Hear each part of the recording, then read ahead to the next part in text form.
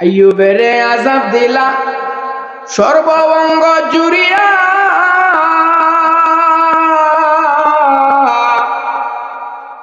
আইয়ুবেরে আযাব দিলা সর্বঙ্গ জুড়িয়া, তখ্ত সারি বনে গেলেন রহিমারে লইয়া, রহিমারে লইয়া। 18 বছর গড়ে ফিরি পূর্ণ তখ্ত করলা দান, কে বুঝিতে পারে তোমার শান মৌলা সুবহান, কে বুঝিতে পারে তোমার শান। আইয়ুব আলাইহিস সালাম 18 বছর যাবত কষ্ট করলেন, কোনদিন আল্লাহকে বললেন না আল্লাহ আমারে সুস্থ করে দাও, কারণ একটাই 80 বছর শান্তিতে কাটছে। স্ত্রী বলতেছেন আপনি তো নবী, একটু দোয়া করেন সুস্থ হয়ে যাবেন। না গো, দোয়া করব না, কারণ 80 বছর আল্লাহ আমারে শান্তিতে রাখছে। 80 বছর যদি আমার এই আযাব গজব থাকে এরপরে দোয়া করতে পারি। এইভাবে যখন কথা বলতেছে হঠাৎ করে একটা পছন জিহ্বার মধ্যে চলে আইছে। কিরা যখন জিহ্বার মধ্যে ধরছে তখন আর ধৈর্য ধরতে পারলেন না, ডাক দিয়া বললেন ওয়া আইয়ুবা ইয নাদা রাব্বাহু আন্নী মাসসানিয়াদ দুররু ওয়া আনতা আরহামুর রাহিমিন। হে আল্লাহ, সারা শরীরে কিরা জর্জরিত করছে, কোনদিন আপনার কাছে আমি সুস্থতার জন্য দোয়া চাই নাই। আল্লাহ জিহ্বার মধ্যে এখন পছন্দ ধরছে। আল্লাহ গো, জিহ্বার মধ্যে যদি পছন্দ ধরে তুমি মাওলা মাশুককে আমি কেমন করে ডাক দিব, তুমি আল্লাহরে আমি কেমন করে ডাক দিব? তোমার আল্লাহর নাম যদি আমি আইয়ুব না জপতে পারি ভালো লাগবে না। মহান আল্লাহ খুশি হয়ে গেলেন, জিবরাইলকে বললেন জিবরাইল দেখো আমার পয়গম্বর আইয়ুবের দিকে তাকাইয়া 18 বছর কষ্ট দিলাম, কিরা খাইলো, জর্জরিত কুষ্ঠ রোগে একদম নিশ্চিহ্ন হয়ে গেছে, দোয়া করে নাই। জিহ্বা যেই মুহূর্তে অসুস্থ হয়ে গেছে আমার দরবারে দোয়া শুরু করছে। জিবরাইল যাও তারে যাইয়া বলো ওর কুসবিরিজ লিখা, সেজন্য তার পায়ের গোড়ালি দিয়া পাহাড়ে আঘাত করে। জিবরাইল এসে বলতেছেন ও আল্লাহর পয়গম্বর আইয়ুব, আপনার পায়ের গোড়ালি দিয়া পাহাড়ের মধ্যে আপনি আঘাত করেন, আঘাত করেছেন, নিচ থেকে পানির ফোয়ারা বাহির হওয়া শুরু হয়েছে। জিবরাইল নিজে বের দিলেন, বলেন এটাতে গোসল করেন। পানির মধ্যে গোসল করলেন, ডুব দিলেন। ওই যে 18 বছর আগের যে যুবক আইয়ুব ছিল এর চাইতে ডাবল সুন্দর বানাইয়া পানির নিচ থেকে উঠলেন। এই সময় রহিমা ছিল মানুষের বাড়িতে কাজ করতেন, কাজ করে রুজি দিয়া নিজের স্ত্রী ওনারা খাওয়াইতেন। আইসা দেখে জায়গাও ঠিক আছে, চেয়ারও ঠিক আছে, কিন্তু আইয়ুব নবী নাই। চেয়ারের মধ্যে একটা লোক সুন্দর বসে আছে। আই একবার তাকায় তো আবার মুখ ফিরায় নেয়, বলতেছেন যে এই চেয়ারের মধ্যে আমার স্বামী আইয়ুব আলাইহিস সালাম বসা ছিলেন, আমার স্বামী কোথায়? আপনি কেন এখানে বসা? কথা বলে না, কেন তো আমার স্বামী থাকার কথা, আপনি কেন? বলি তোমার স্বামী কি রকম ছিল? বলি 18-20 বছর আগে ওনার চেহারাটা আপনার চেহারা এখন যেরকম এরকমই ছিল, তবে এই যে পেশানিটা আছে কপালটা হুবহু আপনার মতো। আমার স্বামী এরকম ছিল না, সারা অঙ্গ ফসে জর্জর হয়ে গেছে। কোন মানুষ আমার স্বামীর দিকে তাকাইছেও না। 3 জন স্ত্রী সবাই চলে গেছে, কিন্তু আমি রহিমা যাই নাই। আইয়ুব আলাইহিস সালাম বলছিলেন ও রহিমা, 4 জন বিবি 3 জন চলে গেছে, তুমি কেন যাও না? তুমিও যাও, অনুমতি দিলাম, কারণ এরকম অসুস্থর মধ্যে কোন স্ত্রী তার স্বামীর সেবা করতে পারে না। রহিম আলাইহিস সালাম ডাক দিয়ে বলেন স্বামী গো, আমার স্বামীর ইজ্জত, আমার স্বামীর সম্মান আমার চাইতে, এই কুষ্ঠ রোগের চাইতে আরো কোটি কোটি গুণ সম্মান আপনার কাছে বেশি। এবার রহিমা বলতেছে আমার স্বামী চেরের ভিতরে ছিল, উনি কোথায়? উনি দেখতে 18 বছর পূর্বে আপনার মতো হয়েছিল। আইয়ুব আলাইহিস সালাম বলতেছেন রহিমা আয় আয় আমার বুকে আয়, আমি মুসাফির না, আমাকে আল্লাহর রূপ মুক্তি দিয়েছেন 18 বছর পূর্বের আইয়ুব পয়গম্বর বানাই আবার দিয়েছি। বলছিলাম ভাইয়ের আমার সমস্ত পয়গম্বররা ধৈর্যশীল ছিলেন।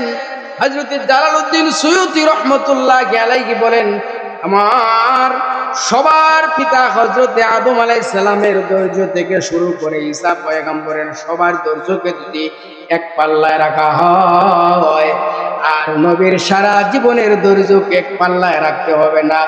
নবীর জীবনের মাত্র হিজরতের রাত্রের ধৈর্যটাকে যদি এক পাল্লা রাখা হয়, সমস্ত নবীর সমস্ত জীবনের সমস্ত ধৈর্যের মোকাবেলায় আপনি আমার নবীর এক রাইতের হিজরতের ধৈর্যের পাল্লা আল্লাহর কাছে বাড়ি হয়ে যায়। মুনকার নাকির হিসাব প্রশ্ন করবে।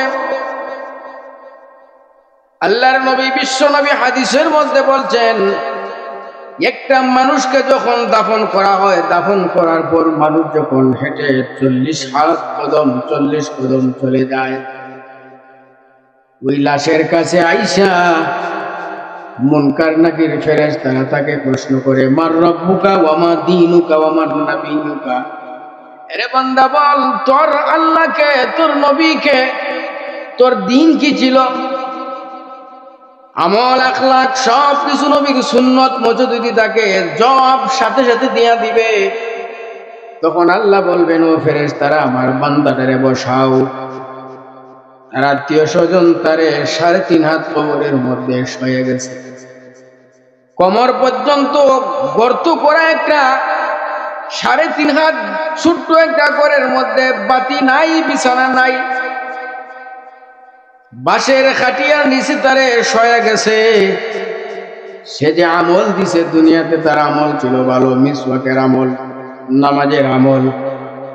ফেরেশতারা এই কবরটা এই সংকীর্ণ থাকবে না, আমার বান্দাকে বলো সে যেন সামনের দিকে একটু তাকায়। ফেরেশতারা বলবে, ও বান্দা দুনিয়ায় যেভাবে তুমি তাকাইতে, সামনের দিকে একটা তাকাও। ওই বান্দা সামনের দিকে তাকাবে। ফেরেশতারা বলবে, ও বান্দা যত দূর পর্যন্ত তোমার দৃষ্টি চলে গেছে, এত দূর পর্যন্ত তোমার কবরটাকে আল্লাহ রাব্বুল আলামিন প্রশস্ত হিসাবে একটা কবর বানায় দিবেন। বিশাল ঘরের মালিক আল্লাহ তাআলা বানায় দিবে। এই জন্য মরণের আগে যেই প্রস্তুতি, এই প্রস্তুতি আপনি আমরা যদি গ্রহণ না করি, বাস্তব বহুত আমরা শুনি। সবাই বলি, আমরা যখন জানাজার মধ্যে হাজির হই, লাশ সামনে লইয়া জানাজা পড়ি, একবার চোখ বুজে চিন্তা করবেন যে আজকে অমুকের লাশ সামনে দাঁড়ানো, জানাজা পড়তেছি, আগামীকাল মনে হয় আমার ফালা। কি বলেন, ফালা হইতে পারে না? কিছুদিন আগে এক লোক চা খাইতে বসে, চা দিছেও, টান দিয়া শুধু মুখের দ্বারা নিচে চুমুক দিব, ওই সময় পিছন দিক দিয়ে বাবা দিল্লে পড়ে গেছে। এই চা তার রিজিকে দুনিয়াতে ছিল না। এই জন্য আমরা অনেকে মনে করি যে নামাজ পড়ব, দাড়ি উঠুক, সন্তানরে বিয়া করাই, নাতি উতি যখন হইব তখন আমরা নামাজ পড়ব। এই যে মিথ্যা আশ্বাসের উপর আমরা বসে আছি, কে বলছে আমরা 50-60 বছর হবে, কে বলছে তুমি তোমার সন্তানের বিয়া দেখে যাবে? এমন তো তরতাজা যুবক আছে। কিছুদিন আগে মালয়েশিয়া প্রবাসী এক লোক ছিলেন, মাত্র 24 বছর বয়স, ঘুমাইছে কাজ করে আইয়া, সকালে বন্ধু বান্ধবরা ডাক দিতেছে, দেখা যায় নড়ে না, ঘুমের ভিতরে মরে শক্ত হয়ে আছে। এই জন্য ভাইয়ের আমার, দুনিয়ার লোভ লালসা, ধন সম্পদ আমার কোনো কাজে আসবে না। যদি আপনার সন্তানকে আপনি বলেন, সন্তানের জন্য মাথার ঘাম পায়ে ফেলাইয়া পরিশ্রম করলেন, ওই সন্তানকে যদি বলা হয় যা তোর বাবার কবরে 10টা মিনিটের জন্য একটু তারা, তোর বাবার কবরে 10টা মিনিটের জন্য একটু তাক, সে থাকবে না। আল্লাহর নবী বলেন, ও দুনিয়ার মানুষ, এই দুনিয়ার আসমানের নিচে জমিনের উপর যা কিছু দেখো সবগুলা ধোঁকা। এই ধোঁকার ভিতরে পড়ে দুনিয়ার জীবন নষ্ট করিও না, আখিরাতকে প্রাধান্য দাও। ওয়ালাল আখিরাতু খায়রুল লাকা মিনাল উলা। এই দুনিয়ার জমিন থেকে পরকালের জমিনকে যারা প্রাধান্য দিবে না, দুনিয়াকে যারা সব সময় প্রাধান্য দেয়, পরকালকে যারা স্মরণ করে না, আল্লাহর নবী বিশ্ব নবী বলেন, এটা দুনিয়াদার। আমি আল্লাহ জান্নাত দুনিয়াদারের জন্য বানাই নাই, আমি আল্লাহ জান্নাত বানাইছি যাদের ভিতরে আল্লাহর ভয় আছে, অহংকার থেকে মুক্ত, এবং যারা মৃত্যুকে ভয় করে, কবরে যাইতে হবে, আল্লাহর সামনে দাঁড়াইতে হবে, ওই জিনিসটাকে ভয় করে, এদের জন্য আমি আল্লাহ জান্নাত বানাইছি। দুনিয়াখোরদের জন্য আমি আল্লাহ জান্নাত বানাই নাই। এই জন্য দুনিয়াটা ক্ষণস্থায়ী। এই ওয়াজ আর নসিহত দুনিয়ার মুখ থেকে ফিরাইয়া আখিরাত মুখী করার জন্য আল্লাহ তাআলা দুনিয়াতে যুগে যুগে নবী পাঠাইছেন, পয়গম্বর পাঠাইছেন, কিতাব দিয়েছেন। আর নবীগণ তাদের সময়ে নিজের যে সাহাবীদের ছিলেন উনাদেরকে সাথে নিয়ে দ্বীনের দাওয়াত দিয়েছেন, যেইভাবে আমাদের নবী দাওয়াত দিয়েছেন, সাহাবায়ে একরামদেরকে প্র্যাকটিক্যালে করেছেন। এবং এই সাহাবায়ে একরাম যাদের জীবনে ইসলাম গ্রহণ করার পূর্বেও যাদের হাতে মানুষ নিরাপদ ছিল না, কিন্তু ইসলাম গ্রহণ করার পর এক একটা মানুষ এক একটা এলাকার জন্য, হাজার হাজার মানুষের জন্য নিরাপত্তা হয়ে গেছে।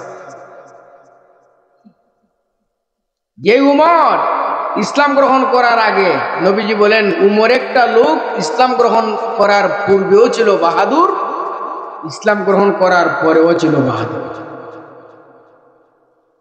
দুনো সময়ে বাহাদুর ছিল।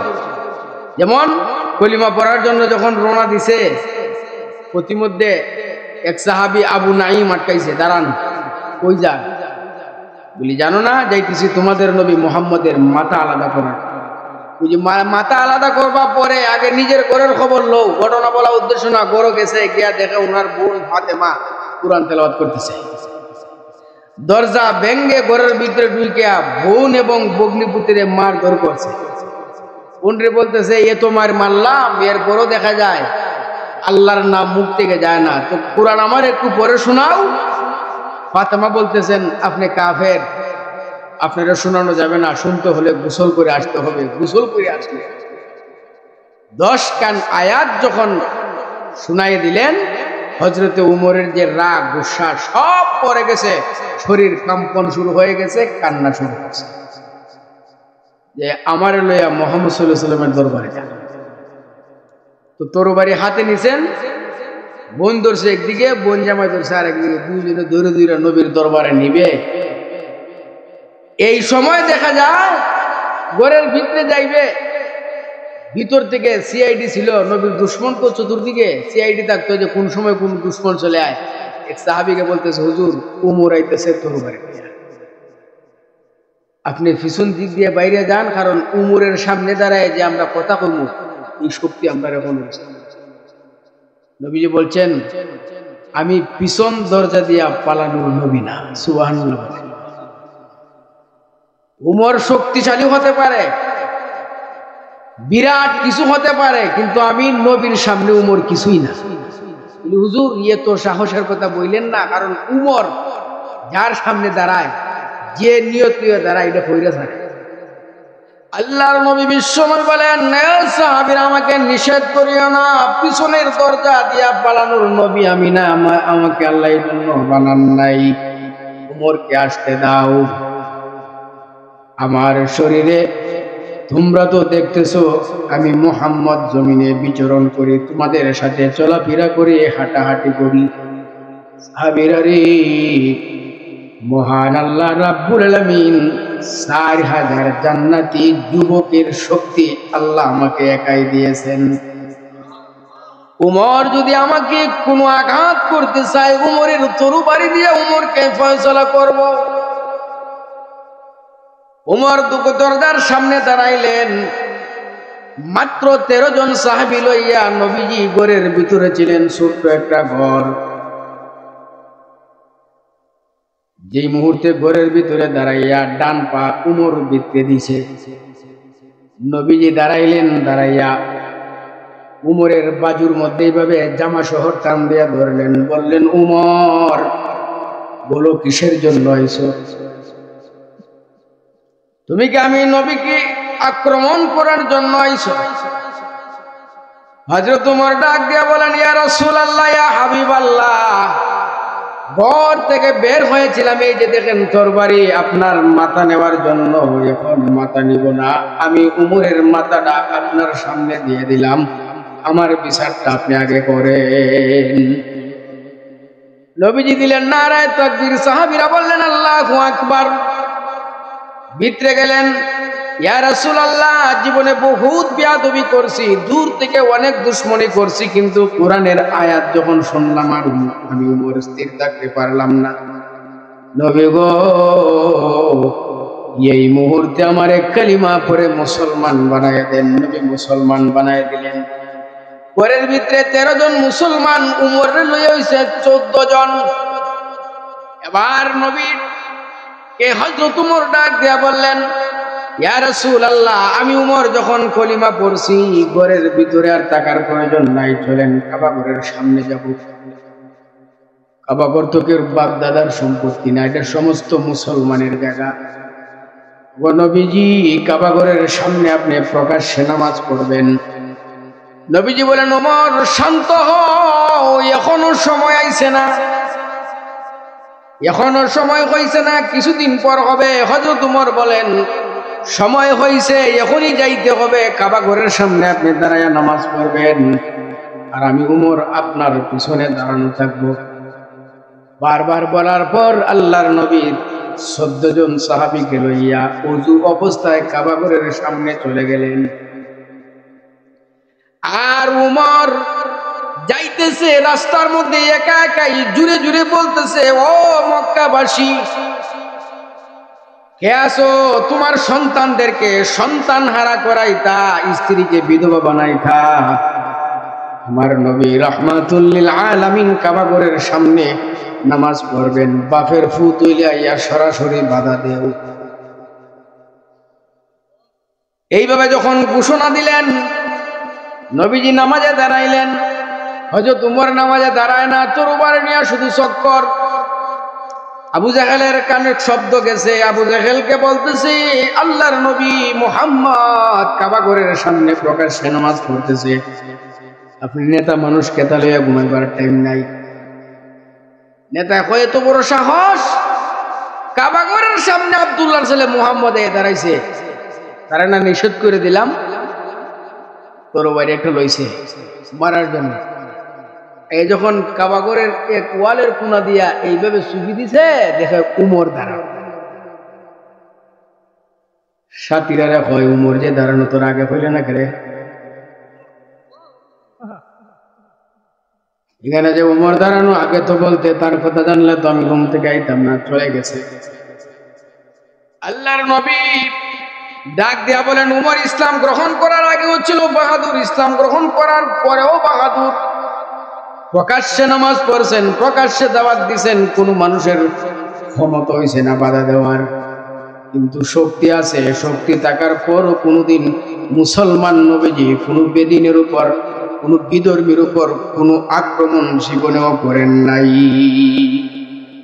আক্রমণ করবেন দূরের কথা, নিজের উপর আক্রমণ আইছে, মাফ করে দিছে। এক সাহাবী, নবী যখন হিজরত করে চলে গেছেন, হিজরত করে যখন মক্কা থেকে মদিনা চলে গেছেন, চলে যাওয়ার পর সাহাবীরা কোন সময় 1 জন 2 জন 3 জন এভাবে সিরিয়াল বেঁধে বেঁধে ওনারাও হিজরতের উদ্দেশ্যে রওনা করে দিয়েছেন। তো নবীজির কন্যা সন্তান ছিল 4 জন। কয়জন? উম্মে কুলসুম একজনের নাম, উম্মে কুলসুম 2 নম্বর জনের নাম জয়নব, 3 নম্বরের জনের নাম রুকাইয়া, 4 নম্বর জনের নাম ফাতিমা। এই 4 সন্তান।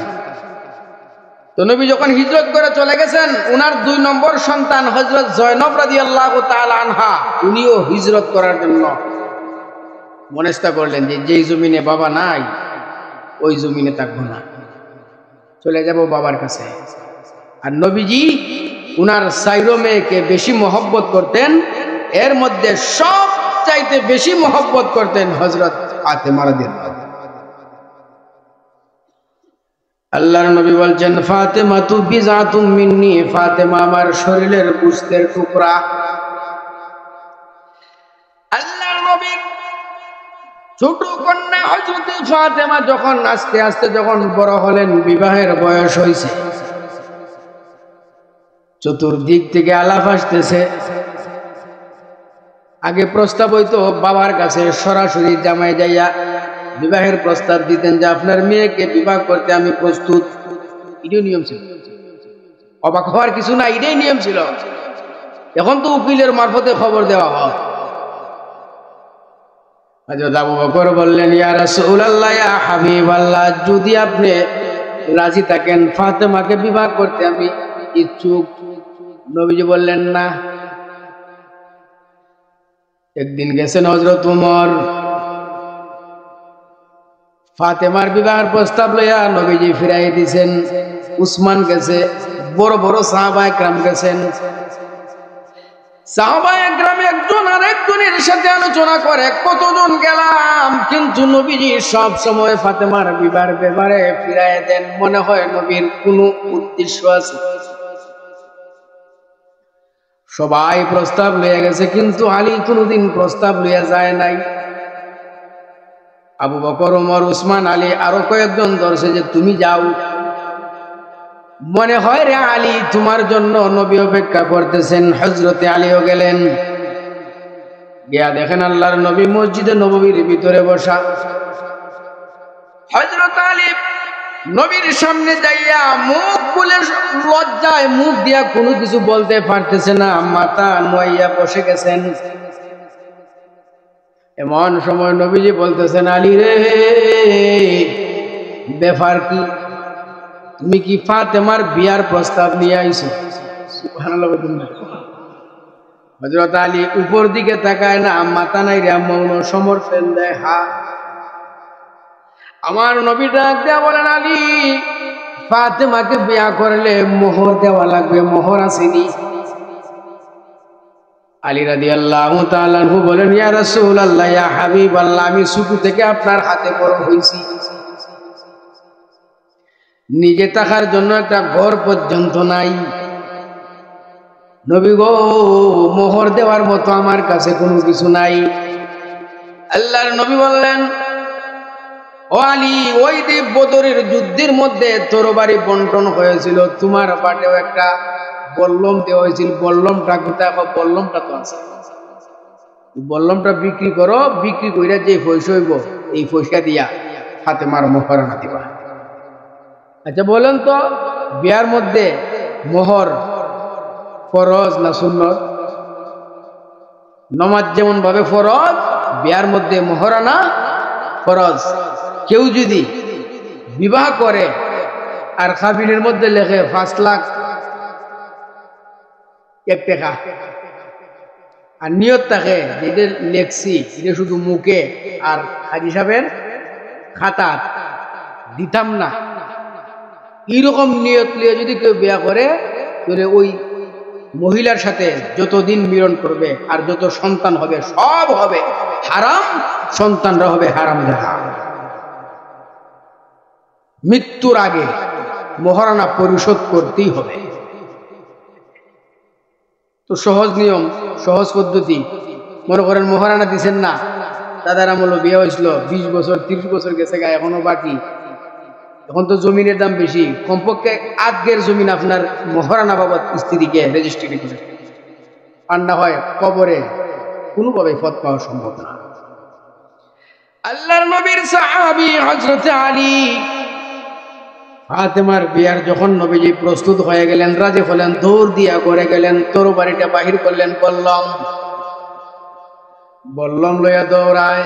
সাহাবীরা জিজ্ঞাসা করেন, আলী রে, ইয়ে তো খুশি, ব্যাপারটা কি, কোথায় যাও?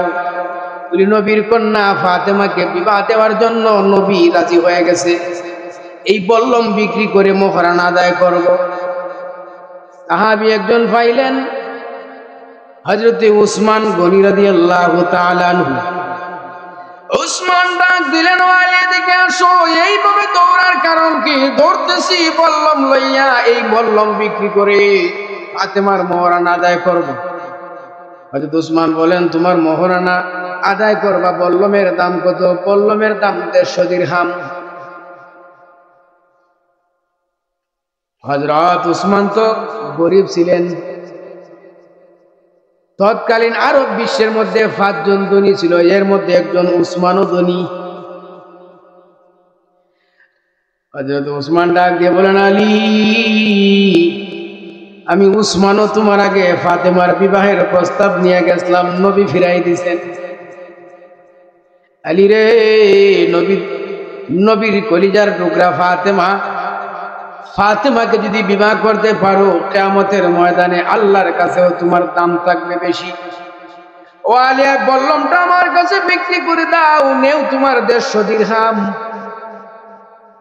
হযরতে উসমান বলেন, দাঁড়াও, টাকা পাইও দৌড় দিতে চায়, কারণ যদি মত পাল্টে যায় রাতে তো সর্বনাশ। দাঁড়াও, 150 দিরহাম দিছি, এটা হলো বল্লমের দাম, আর আমার ব্যক্তিগত পক্ষ থেকে আরো দিলাম 300 দিরহাম। কত হইল? 450 দিরহাম। 450 দিরহাম লিয়া দৌড় মারছে। বলছে, রাখো, দৌড় নাই তো, খুশি কেন? বলি, আর কি? বলি, এই হযরত আলী, শোনো, এই বল্লম, এটা খুব আফসোস করে নবীজি তোমাকে দান করেছিলেন, এই বল্লমের আমার প্রয়োজন নাই, এই বল্লমটাও ফিরিয়ে দিলাম। দৌড় দিছে, ফতো পাইছে আরেকজন সাহাবী, ওনার নাম হযরত আব্দুর রহমান ইবনে আউফ রাদিয়াল্লাহু তাআলা আনহু। এত সম্পদ ছিল। আব্দুর রহমান ইবনে আউফ যখন মারা যায়, উনার যে সমস্ত স্বর্ণ ছিল, এই স্বর্ণরে কুরাল দা কুবাইয়া ওয়ারিসদের মধ্যে বন্টন করতে যাইয়া কুরাল বুত হয়ে গেছে। এরকম সাহাবী হইল হযরত আব্দুর রহমান ইবনে আউফ। এই সম্পদ জান্নাত থেকে বারণ করতে পারে নাই, জান্নাতের সার্টিফিকেট প্রাপ্ত একজন সাহাবী দেখছে যে হযরত আলী দৌড়ে যেতেছে, আব্দুর রহমান ইবনে আউফ দাঁড়াও, কি হইছে? বলি, বললাম বিক্রি করতাম, আর বিক্রি করতে হবে না, 150 দিরহাম দিয়ে বিক্রি করছিলাম, 150 দিরহামও পাইছি, আরো পাইছি 300 দিরহাম, শেষ পর্যন্ত বললাম ফেরত দিয়ে দিছি। বলি, নেও, আমার সামনে যখন পড়ছো, আমি তো তোমার খালি হাতে দিতে পারি না, আমি আব্দুর রহমান ইবনে আউফের পক্ষ থেকে আরো দিলাম 500 দিরহাম। আপনারা কিতা মনে করতেছেন? 500 দিরহাম বড়, বর্তমানে 500 টাকা, অন্তত 5 কোটি টাকা, মোটামুটি 9.5 কোটির মতো উনার রুজি হয়ে গেছে। যাওয়ার পর বলতেছি, ইয়া রাসূলুল্লাহ, মোহরানা কত নিবেন? অনেক টাকা হয়ে গেছে। তখন নবীজি বললেন, বল্লমটা রাখো, মোহরানা দিবা, আর বাকি টাকা দিয়া তোমার স্ত্রীর যে কিছু সাজগুজের জিনিস আছে সেইগুলা দিবা। সুবহানাল্লাহ বলে। এই যে বাজারে আমরা সাজগুজের জিনিস কিনি, এগুলা সুন্নাত, তবে নখ পালিশ নেওয়া যাবে না। নখ পালিশ বাদে যেগুলা ওযু হয় না, নখ পালিশ নৌকো দিলে নৌকের ভিতরে পানি যায় না, পানি না গেলে ওযু করি না। নখ পালিশ যতদিন পর্যন্ত একটা মহিলার হাতে অথবা পায়ে থাকে, অতদিন পর্যন্ত ফেরেশতারা তার প্রতি লানত দিতে থাকে। এই নখ পালিশ যেটা, এটা বিধর্মীদের জন্য, হিন্দুদের জন্য এটা তৈরি হয়েছে, অথচ মুসলমান মহিলারা এটা ব্যবহার করে। এই নখ পালিশ কোনো মুসলমান মেয়ে ব্যবহার করা যাবে না, এটা হারাম, হারাম, হারাম। আল্লাহর নবী বললেন, ও আলী, বাকি টাকা দিয়ে যা কিছু লাগে, সোনো পাউডার যা আছে, এগুলা তুমি ক্রয় করো। বাজার করলেন। আল্লাহর নবী, বিশ্ব নবী হযরতে ফাতেমা এবং আলীর বিবাহের জন্য যখন দোয়া শুরু করবেন, ফাতেমারে গিয়া জিজ্ঞাসেন, ও ফাতেমা, আমি তোমার বিবাহ এমন একটা সন্তানের সাথে দিতেছি যাকে আল্লাহ আসাদুল্লাহি ওয়া আসাদু রাসূলিহি এই সন্তানের ব্যাপারে আল্লাহর রসুল বলছেন, আমি বলছি যে আল্লাহর ভাগ এবং আমি রসুলের ভাগ